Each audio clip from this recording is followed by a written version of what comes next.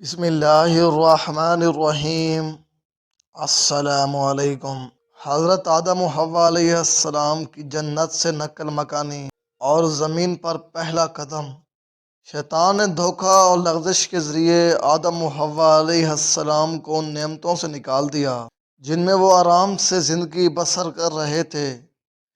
یہ نکالنا گرچہ بحکم خداوندی ہوا مگر سبب اس کا شیطان تھا، اس لیے نکالنے کی نسبت اس کی طرف کر دی گئی۔ اور قرآن کریم میں ہے کہ ہم نے حکم دیا کہ نیچے اتر جاؤ، اس طرح کہ تم میں بعض کے دشمن رہیں گے۔ اس حکم کے مخاطب حضرت حوا و آدم علیہ السلام ہیں، اور اگر شیطان کو اس وقت تک آسمانوں سے بہ نہیں کیا گیا تھا تو وہ بھی اسی خطاب میں شامل ہے۔ اس صورت میں باہم عداوت ہونے کا مطلب یہ ہوگا کہ شیطان کے ساتھ تمہاری عداوت کا سلسلہ دنیا میں بھی جاری رہے گا، اور اگر بقول بعض اس واقعے کے وقت سے پہلے ہی شیطان نکالا جا چکا تھا تو پھر اس کلام کا رخ آدم و حوا اور ان کی اولاد کی طرف ہوگا کہ ان کو بطور عتاب کے یہ جتلایا گیا کہ ایک سزا تو یہ ہے کہ جنت سے زمین پر اتارا گیا، دوسری سزا اس کے ساتھ یہ بھی ہے کہ آپ کی اولاد کے درمیان باہم عداوتیں بھی ہوں گی،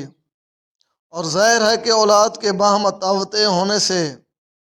والدین کا لطف زندگی بھی رخصت ہو جاتا ہے، تو یہ بھی ایک قسم کی معنوی اور روحانی سزا ہوگی۔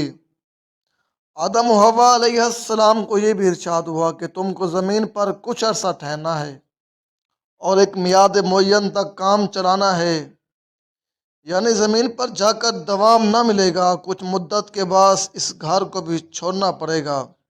قرآن کریم میں ہے ہم نے اس واقعے کے متعلق آپ سے بہت پہلے آدم علیہ السلام کو ایک وصیت کی تھی، یعنی تاکیدی حکم دیا گیا تھا کہ ایک درخت معین بتلا دیا تھا کہ اس درخت کو یعنی اس کے پھل پھول یا کسی جزو کو نہ کھانا اور اس کے قریب بھی نہ جانا، باقی ساری جنت کے باغات اور نعمتیں تمہارے لیے کھلی ہوئی ہیں، ان کو استعمال کرتے رہو۔ اور جیسا کہ آگے آتا ہے یہ بھی بتلا دیا تھا کہ ابلیس تمہارا دشمن ہے، کہیں اس کے بہکانے میں نہ آ جانا کہ تمہارے لیے مصیبت بنے، مگر آدم علیہ السلام بھول گئے اور ان میں ہم نے ارادے کی پختگی نہ پائی۔ یہاں دو لفظ آئے ہیں، ایک نسیان اور دوسرا عزم۔ نسیان کے معنی مشہور ہیں بھول جانا، غفلت میں پڑ جانا، اور عزم کے لفظی معنی ہیں کسی کام کے لیے اپنے ارادے کو مضبوط باندھنے کے ہیں۔ ان دونوں لفظوں سے مراد اس جگہ کیا ہے، اس کے سمجھنے سے پہلے